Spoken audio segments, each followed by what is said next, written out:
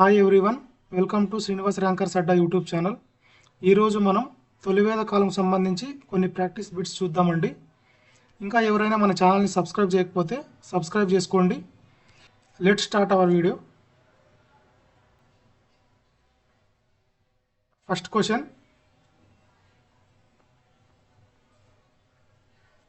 19వ శతాబ్దపు జాతీయవాద చరిత్రకారులు ఋగ్వేద సమాజాన్ని స్త్రీలకు స్వర్ణయుగంగా అభివర్ణించారు.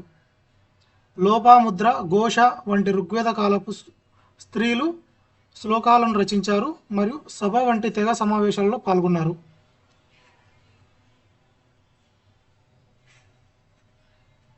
పంతొమ్మిదవ శతాబ్దపు జాతీయవాద చరిత్రకారులు ఋగ్వేద సమాజాన్ని స్త్రీలకు స్వర్ణయుగంగా అభివర్ణించారు.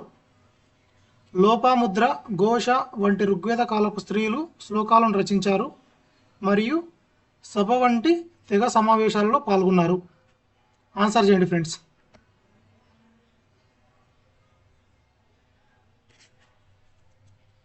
కరెక్ట్ ఆప్షన్ ఏ కరెక్ట్ అండి. 19వ శతాబ్దపు జాతీయవాద చరిత్రకారులు ఋగ్వేద సమాజాన్ని స్త్రీలకు స్వర్ణయుగంగా అభివర్ణించారు. లోపాముద్ర, ఘోష వంటి ఋగ్వేద కాలపు స్త్రీలు శ్లోకాలను రచించారు మరియు సభ వంటి తెగ సమావేశాల్లో పాల్గొన్నారు. నెక్స్ట్ క్వశ్చన్, తొలివేద కాల రాజకీయ విభాగాలకు సంబంధించి కింది వాటిలో ఏది సరైనది? ఋగ్వేద కాలంలో గ్రామ అంటే శాశ్వత వ్యవసాయ భూములు కలిగిన స్థిర నివాసం. జనస్య గోప అంటే తెగ రక్షకుడు, ఇతని ప్రధాన విధి పశువులను రక్షించడం మరియు వృద్ధి చేయడం. విధాత అనేది మతపరమైన మరియు సైనిక విధులను నిర్వహించే ఒక తెగ సమావేశం. ఆన్సర్ చేయండి ఫ్రెండ్స్.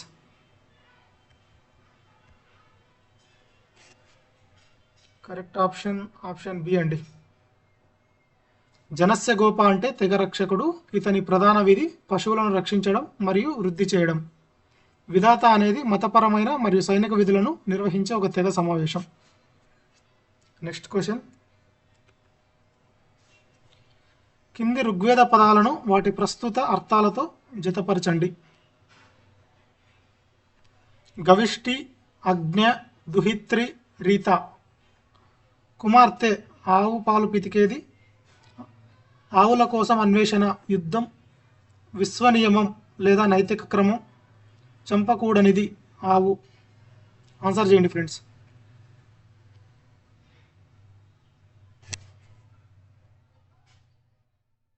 ఆప్షన్ ఏ కరెక్ట్ అండి. గవిష్టి అంటే ఆవుల కోసం యుద్ధం చేసేవాడు.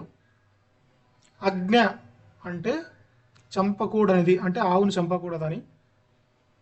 దుహిత్రి అంటే ఆవు పాలు పితికేది, కుమార్తె. రీత అంటే విశ్వనియమం లేదా నైతిక క్రమం. నెక్స్ట్ క్వశ్చన్, దశరాజ్ఞ యుద్ధం గురించి కింది ప్రకటనలు పరిశీలించండి. దశరాజ్ఞ యుద్ధంనే 10 మంది రాజుల యుద్ధం అని కూడా అంటారండి.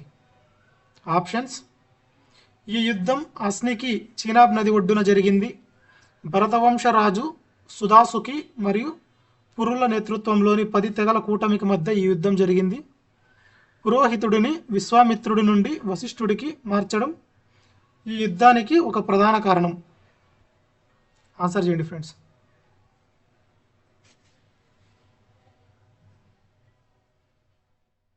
ఆప్షన్ బి కరెక్ట్ అండి. Only 2 statements are correct. Next question, Rigveda మతం మరియు దేవతలకు సంబంధించి కింది వాటిలో ఏది నిజం కాదు? ఇన్కరెక్ట్ ఆన్సర్ అడిగారండి. ఇంద్రుడు అత్యంత ముఖ్యమైన దేవుడు. ఈయనను రుద్రహన్ అని పిలుస్తారు. రుద్రహన్ అంటే రాక్షస సంహారి. ఋగ్వేద ప్రజలు హెనోతిజంను పాటించేవారు, అంటే ఒక నిర్దిష్ట యజ్ఞ సమయంలో ఒకే దేవుడిని సర్వోన్నతుడిగా పూజించడం. అగ్నిదేవుడు మానవులకు దేవతలకు మధ్య వారధిగా పనిచేసేవాడు. ఋగ్వేద ఆర్యులు ప్రకృతి శక్తులను శాంతింపజేయడానికి అద్భుతమైన దేవాలయాలను నిర్మించి విగ్రహారాధన చేసేవారు. ఆన్సర్ చేయండి ఫ్రెండ్స్. ఋగ్వేద మతము మరియు దేవతలకు సంబంధించింది స్టేట్మెంట్.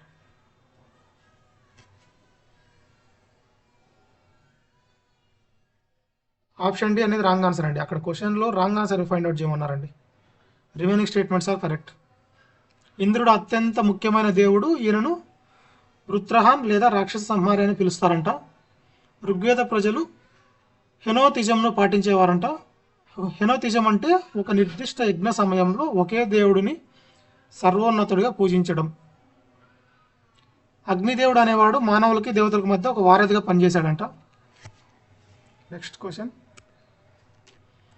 ఋగ్వేద నదులు మరియు వాటిని ఆధునిక పేర్లకు సంబంధించి కింది జతలను పరిశీలించండి.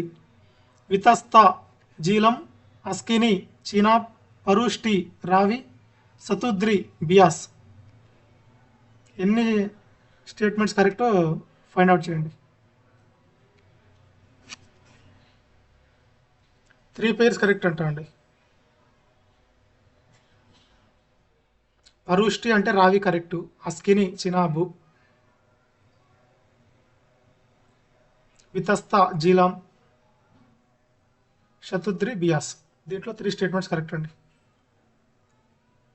Next question. ఋగ్వేద ఆర్థిక వ్యవస్థ మరియు సామాజిక నిర్మాణానికి సంబంధించి కింది వాటిలో ఏది సరైనది కాదు? ఇన్కరెక్ట్ స్టేట్మెంట్ అండి. గోమత్ అనే పదం ఎక్కువ ఆవులు ఉన్న ధనవంతుడిని సూచిస్తుంది. భూమి అనేది వ్యక్తులు కొనడానికి లేదా అమ్మడానికి వీలున్న ప్రైవేట్ ఆస్తిగా పరిగణించబడింది. నిష్క అనేది మారకపు మాధ్యమంగా వాడే బంగారు ఆభరణం లేదా ముక్క, కానీ ఇది అధికారిక నాణ్యం కాదు. దుహిత్రి అని పిలువబడే స్త్రీలు ఆవు పాలు పితికే బాధ్యతను కలిగి ఉండేవారు. ఇది ప్రీవియస్గా డిస్కస్ చేసామండి ఇదే వీడియోలో, దుహిత్రి అనేది. కానీ అక్కడ పర్టికులర్గా ఒక క్వశ్చన్ ఫార్మాట్ ఉంది, ఇక్కడ స్టేట్మెంట్ బేస్డ్లో ఉందండి. ఆన్సర్ చేయండి ఫ్రెండ్స్.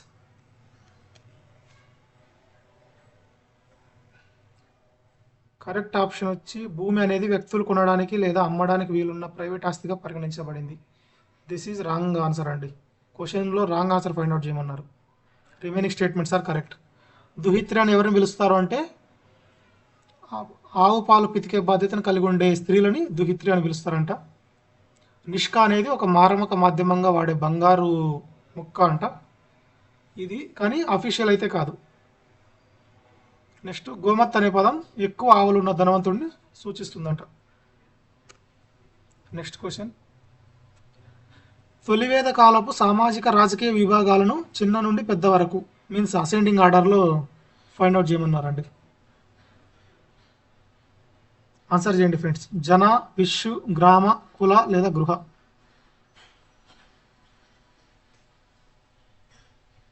ఆప్షన్ ఏ కరెక్ట్ అండి. చిన్నదాని నుంచి పెద్దదాన్ని అడిగేది. ఫస్ట్ కుల అనేది చిన్నది, దీని తర్వాత కొంచెం పెద్దది గ్రామ, గ్రామ తర్వాత విశ్వ తర్వాత జన. కుల, గ్రామ, విశ్వ, జన అసెండింగ్ ఆర్డర్ అయితే.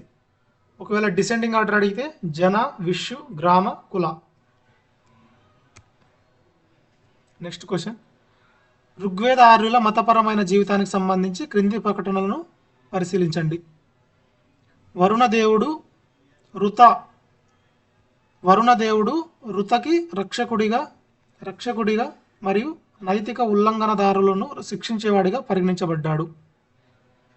అసుర అనే పదాన్ని ప్రారంభంలో శక్తివంతమైన జీవులు లేదా దేవతలకు సానుకూల పదంగా వాడారు. కాలక్రమేణా అది రాక్షసులను సూచించే ప్రతికూల పదంగా మారింది. ఉషస్సు వేకువజాము దేవత, ఈమెపై సుమారు 300 శ్లోకాలు ఉన్నాయి. కరెక్ట్ ఆన్సర్ చెప్పండి friends.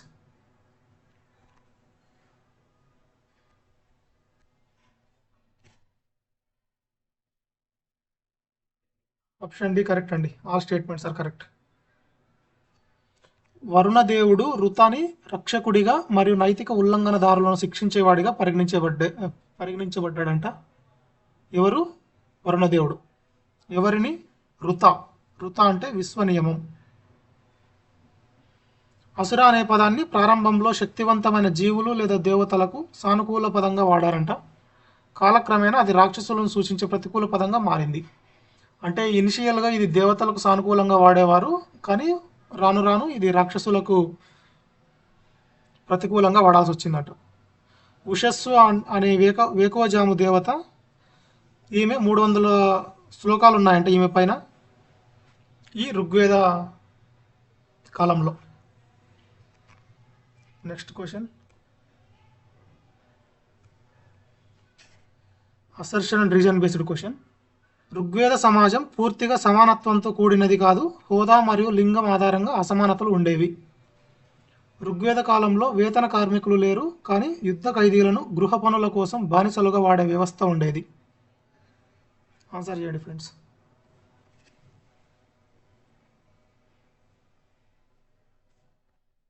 Option B correct answer అండి.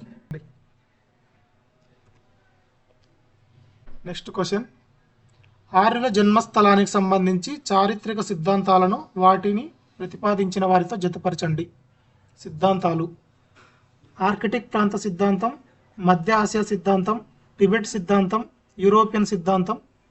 ప్రతిపాదించిన వారు: Swami Dayananda Saraswati, Bal Gangadhar Tilak, sir William Jones, Max Muller.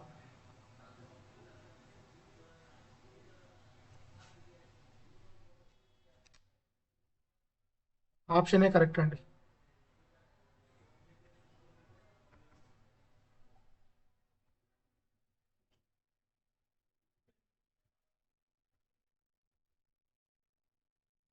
Arctic ప్రాంత సిద్ధాంతం బాలగంగాధర్ తిలక్, మధ్య ఆసియా సిద్ధాంతం మ్యాక్స్ ముల్లర్, టిబెట్ సిద్ధాంతం స్వామి దయానంద సరస్వతి, యూరోపియన్ సిద్ధాంతం sir William Jones. Next question, ఋగ్వేదంలోని లోహాలు మరియు వృత్తులకు సంబంధించి పదజాల విషయంలో క్రింది వాటిలో ఏది సరైనది? ఋగ్వేదంలోని కుటుంబ గ్రంథాలలో అయాస్ అనే పదం ప్రత్యేకంగా ఇనుమును సూచిస్తుంది. కర్మారా అనే పదం కేవలం 9 మరియు 10 మండలాల్లో మాత్రమే కనిపిస్తుంది. ఋగ్వేద ఆర్యులు వ్యవసాయం కోసం తవ్వే సాధనంగా కనిత్రను వాడేవారు. ఆన్సర్ చేయండి ఫ్రెండ్స్. ఆప్షన్ బి కరెక్ట్ అండి. 2-3 స్టేట్మెంట్స్ ఆర్ కరెక్ట్. కర్మారా అంటే కమ్మరి. కర్మారా అనే పదం కేవలం 9 మరియు 10 మండలాల్లో మాత్రమే కనిపిస్తుంది. ఋగ్వేద ఆర్యులు వ్యవసాయం కోసం తవ్వే సాధనంగా కనిత్రాను వాడేవారు. వ్యవసాయం కోసం కనిత్రాను వాడేవారు అంటండి. నెక్స్ట్ క్వశ్చన్, ఋగ్వేదంలోని సంవాద సూక్తాలకు సంబంధించి క్రింది ప్రకటనలను పరిశీలించండి. పురూరవ ఊర్వశి సంవాదం ఒక మానవ రాజు మరియు ఒక జలకన్య మధ్య జరిగిన సంభాషణను తెలియజేస్తుంది. యమ యమి సంవాదం సంతానం కోసం సోదరి చేసిన అభ్యర్థనను, అది రుతాకు విరుద్ధమని సోదరుడు తిరస్కరించడాన్ని వివరిస్తుంది. ఈ రెండు సంవాదాలు ఋగ్వేదంలోని 10వ మండలంలో ఉన్నాయి. సంవాద సూక్తాలకు సంబంధించిందండి question. Option D both statements are correct అండి. పురూరవ ఊర్వశి సంవాదం ఒక మానవ రాజుకి మరియు ఒక జలకన్య మధ్య జరిగిన ఒక సంభాషణ. యమ యమి సంవాదం సంతానం కోసం సోదరి చేసిన అభ్యర్థనను, అది రుతాకు విరుద్ధమని సోదరుడు తిరస్కరించడాన్ని వివరిస్తుంది. ఈ రెండు సంవాదాలు ఋగ్వేదంలోని 10వ మండలంలో ఉన్నాయి. ఆల్ స్టేట్మెంట్స్ ఆర్ కరెక్ట్ అండి. నెక్స్ట్, టర్కీలో లభించిన బోగజ్కోయ్ శాసనం వేద చరిత్రకు ఎందుకు అత్యంత ముఖ్యమైనది? ఇది సప్తసింధు ప్రాంతం యొక్క భౌగోళిక సరిహద్దులను పేర్కొంటుంది. ఇది ఒక ఒప్పందంలో సాక్షులుగా వేద దేవుళ్ళైన ఇంద్రుడు, మిత్రుడు, వరుణుడు మరియు నాసతుల్య పేర్లను పేర్కొంటుంది. ఇది దశరాగ్న యుద్ధం గురించి వివరణాత్మక సమాచారాన్ని అందిస్తుంది. ఇది ఆర్యులు పశుపోషణ నుండి స్థిర వ్యవసాయ సమాజంగా మారినట్లు ధృవీకరిస్తుంది. ఆన్సర్ చేయండి ఫ్రెండ్స్. ఇది ఒక ఒప్పందంలో సాక్షులుగా వేద దేవుళ్ళైన ఇంద్రుడు, మిత్రుడు, వరుణుడు మరియు నాసత్యుల పేర్లను పేర్కొంటుంది. ఏది బోగజ్కోయ్ శాసనం. నెక్స్ట్ క్వశ్చన్, తొలివేద కాలంలో రాజన్కి నిర్ణీత పన్నుల విధానం లేదు. బలి అనేది ప్రజలు తమ నాయకుడికి లేదా దేవుళ్లకు స్వచ్ఛందంగా ఇచ్చే కానుక.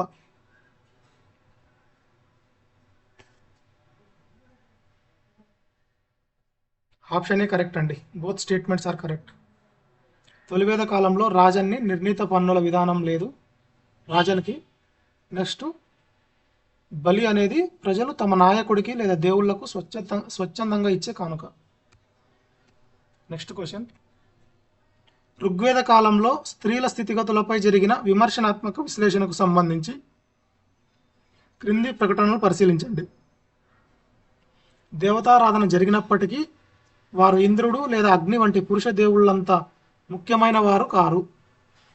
స్త్రీలకు తమ భర్తలతో సంబంధం లేకుండా స్వతంత్రంగా యజ్ఞాలు చేసే మరియు దక్షిణాలు ఇచ్చే హక్కు ఉంది.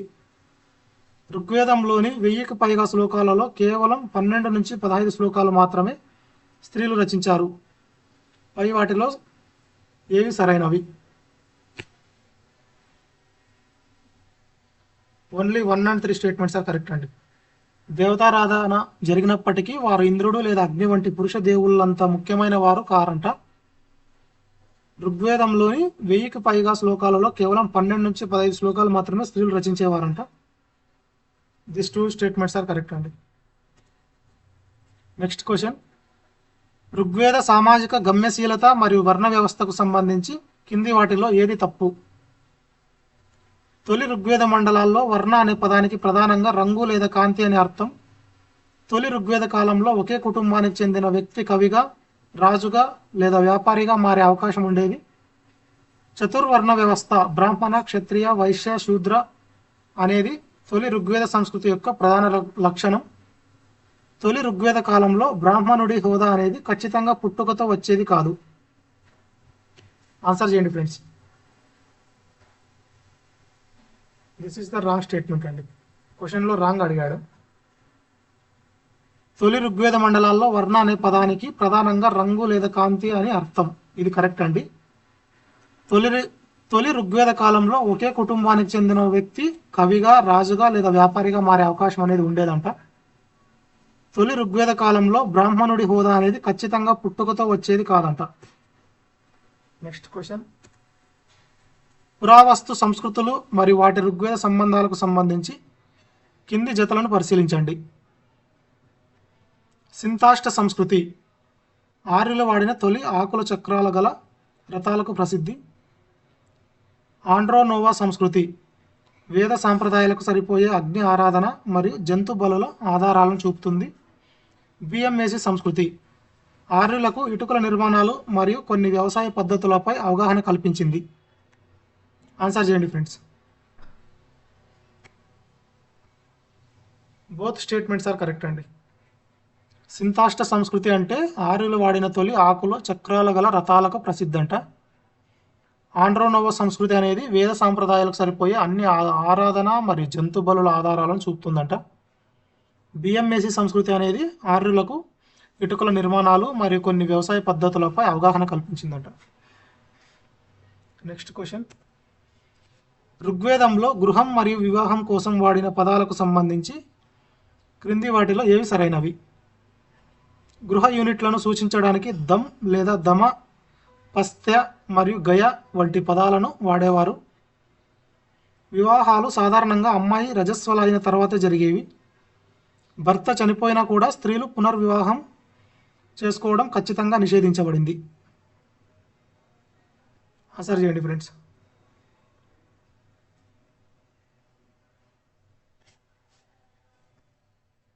ఆప్షన్ ఏ కరెక్ట్ అండి. 1, 2 ఓన్లీ కరెక్ట్. గృహ యూనిట్లను సూచించడానికి దమ్ లేదా దమ, పస్త్య మరియు గయ వంటి పదాలను వాడేవారంట. వివాహాలు సాధారణంగా అమ్మాయి రజస్వలైన తర్వాతే జరిగేవట. These 2 statements are correct. ఈ క్వశ్చన్ అనేది గృహాలు, వివాహాలకు సంబంధించిందండి. Next question. ఋగ్వేదంలో పేర్కొన్న ఇండో ఇరానియన్ భాష మరియు మతపరమైన పోలికలకు జతపరచండి. వేద భావన, ఇరానియన్ పోలికలు. వేద భావన ఋత, దాస, సోమ, దస్యు. దస్యు అంటే తెగ, సోమ అంటే పానీయం, దాస అంటే తెగ, ఋత అంటే విశ్వనియమం. ఇరానియన్ పోలికలు దహే, ఆశ, దహ్యు, హోమ. ఆన్సర్ చేయండి ఫ్రెండ్స్.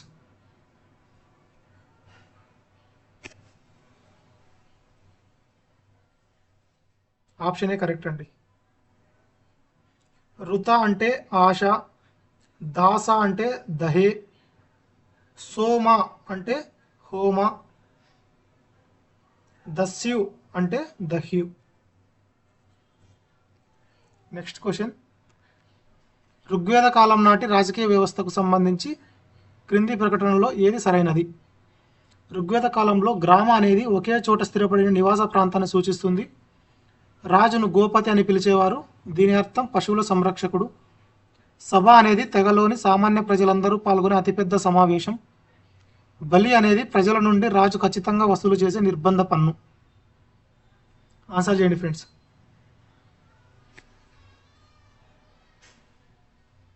ఆప్షన్ 2 కరెక్ట్ అండి. ఋగ్వేద కాలం నాటి రాజకీయ వ్యవస్థకు సంబంధించి సరైనది ఏది అంటే ఆప్షన్ 2. రాజును గోపతి అని పిలిచేవారంట. దీని అర్థం పశువుల సంరక్షకుడు.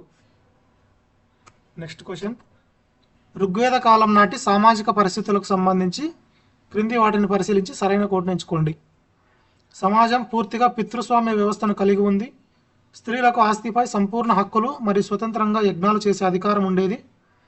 బాల్య వివాహాలు అమలులో లేవు. రజస్వలు అయిన తర్వాత వివాహాలు జరిగేవి. ఆన్సర్ చేయండి ఫ్రెండ్స్.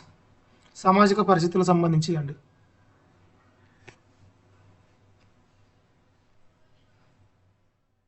ఆప్షన్ 3 కరెక్ట్ అండి.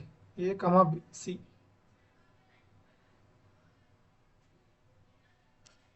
సమాజం పూర్తిగా పితృస్వామ్య వ్యవస్థను కలిగి ఉందంట. బాల్య వివాహాలు అనేవి అమల్లో లేవంట అప్పట్లో. రజస్వలు అయిన తర్వాత వివాహాలు జరిగేవంట. నెక్స్ట్ క్వశ్చన్, దశరాగ్న యుద్ధం 10 మంది రాజుల యుద్ధం గురించి క్రింది వాటిలో ఏది సరి కానిది? ఈ యుద్ధం గురించి ఋగ్వేదంలోని 7వ మండలంలో వివరించబడింది. ఇది అస్నికి చినాబ్ నది ఒడ్డున జరిగింది. భరతవంశ రాజు సుదాసు ఈ యుద్ధంలో విజయం సాధించాడు. యుద్ధానికి ఒక ప్రధాన కారణం పురోహితుడిని విశ్వామిత్రుడి నుండి వశిష్ఠుడికి మార్చడం.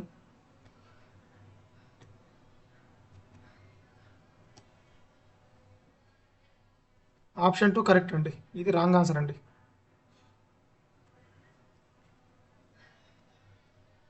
ఈ యుద్ధం అనేది ఋగ్వేదంలో 7వ మండలంలో చెబుతుందంట. యుద్ధం గురించి, దశరాగ్న యుద్ధం గురించి.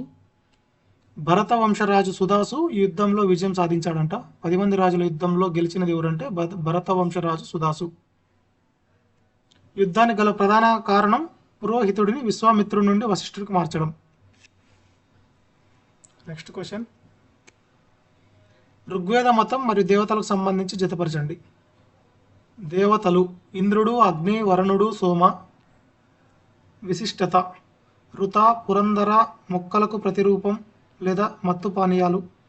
దేవుళ్లకు లేదా మానవులకు మధ్య వారధి. పురందర అంటే కోటలు నాశనం చేసేవాడు అండి. ఆన్సర్ చేయండి ఫ్రెండ్స్. ఆప్షనే కరెక్ట్ అండి. ఇంద్రుడు అంటే పురందర, కోటలను నాశనం చేసేవాడు. అగ్ని దేవుళ్లకు మానవులకు మధ్య వారధిగా ఉండేవాడు. వరుణుడు ఋతకి రక్షకుడు, అంటే విశ్వ నియమాలకి రక్షకుడు వరుణుడు. సోమ మొక్కలకు ప్రతిరూపం, మత్తు పానీయం. నెక్స్ట్ క్వశ్చన్, తొలివేద కాలపు ఆర్థిక వ్యవస్థకు సంబంధించి క్రింది ప్రకటనలను పరిశీలించండి. ఋగ్వేద ఆర్యులకు ఇనుము గురించి పూర్తిగా అవగాహన ఉంది. వస్తు మార్పిడి పద్ధతి అమల్లో ఉండేది. ఆవు ప్రధానంగా మారక ద్రవ్యం. భూమిని అమ్మడం లేదా కొనడం వంటి వ్యక్తిగత ఆస్తి హక్కులు లేవు. సరైన ప్రకటనను గుర్తించండి. ఆప్షన్ బి కరెక్ట్ అండి. వస్తు మార్పిడి పద్ధతి అనేది అమల్లో ఉండేదంట తొలివేద కాలంలో. ఆవు ప్రధాన మార్గ ద్రవ్యం అంట. భూమిని అమ్మడం లేదా కొనడం వంటి వ్యక్తిగత ఆస్తి హక్కులు అనేవి లేవంట అప్పట్లో.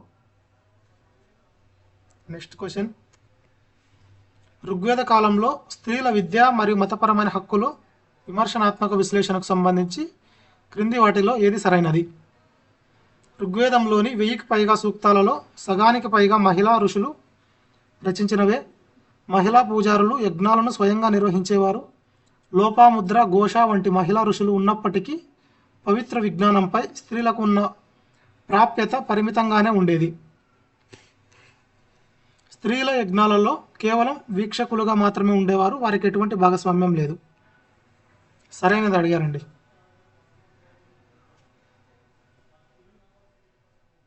ఆప్షన్ బి అండి. లోపాముద్ర, ఘోష వంటి మహిళా ఋషులు ఉన్నప్పటికీ పవిత్ర విజ్ఞానంపై స్త్రీలకు ఉన్న ప్రాప్యత పరిమితంగానే ఉండేది. అంటే వారి యొక్క ప్రాధాన్యత అనేది లిమిటెడ్గానే ఉండేదండి అప్పట్లో. ఋగ్వేద కాలంలో పేర్కొన్న భౌగోళిక సరిహద్దులు మరియు నదుల గురించి క్రింది ప్రకటనలో ఏది సరికానిది? ఆర్యులు నివసించిన ప్రాంతాన్ని సప్తసింధు అని పిలిచేవారు. ఋగ్వేద ఆర్యులకు హిమాలయ పర్వతాలు మరియు అందులోని ముజవంత్ శిఖరం గురించి తెలుసు. తొలివేద ఆర్యులకు వింధ్య పర్వతాలు మరియు నర్మదా నది గురించి పూర్తి అవగాహన ఉంది. ఆఫ్ఘనిస్తాన్లోని కుబా, కాబూల్, క్రుము, కుర్రం వంటి నదుల ప్రస్తావన ఋగ్వేదంలో ఉంది. ఆన్సర్ చేయండి ఫ్రెండ్స్.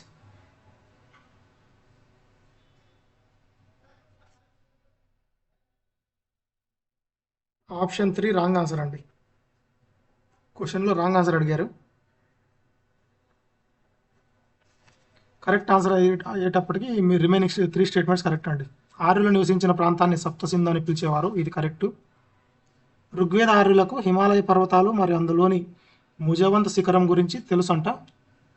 ఆఫ్ఘనిస్తాన్లోని కుబా, దీన్నే కాబూల్ అంటారు. క్రుము, కుర్రం అంటారు. కాబూలు, కుర్రం వంటి నదుల ప్రస్తావన ఋగ్వేదంలో ఉండేదంట. Next question. ఋత అనే భావనకు సంబంధించి క్రింది వాటిలో సరైన ప్రకటనను గమనించండి. ఇది విశ్వంలోని ప్రకృతి మరియు నైతిక క్రమాన్ని సూచిస్తుంది.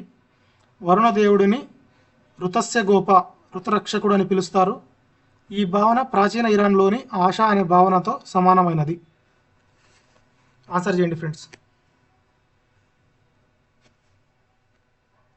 ఆప్షన్ 4 కరెక్ట్ అండి. All statements are correct. ఋత అనేది విశ్వంలోని ప్రకృతి మరియు నైతిక క్రమాన్ని సూచిస్తుందంట. వరుణదేవుడిని ఋతస్య గోప, ఋతరక్షకుడు అని పిలుస్తారంట. ఈ భావన ప్రాచీన ఇరాన్లోని ఆశా అనే భావనతో సమానమైనది. Next question. ఋగ్వేద కాలం నాటి సామాజిక అసమానతలు మరియు బానిసత్వం గురించి క్రింది వాటిలో ఏది సత్యం, అంటే ఏది కరెక్టో అడిగారండి. ఋగ్వేద సమాజం పూర్తిగా వర్ణరహితమైనది. అందరూ సమానమైన సమాజం. యుద్ధ ఖైదీలను దాస లేదా దాసీలుగా మార్చేవారు. వీరిని ప్రధానంగా వ్యవసాయ ఉత్పత్తిలో వాడేవారు. సమాజంలో రాజన్ అత్యున్నత స్థాయిలో ఉంటే మహిళా బానిస అయిన దాసి అట్టడుగున ఉండేది. వేతన కార్మికులు ఈ కాలంలో ఆర్థిక వ్యవస్థకు వెన్నెముకగా ఉండేవారు. ఆన్సర్ చేయండి ఫ్రెండ్స్.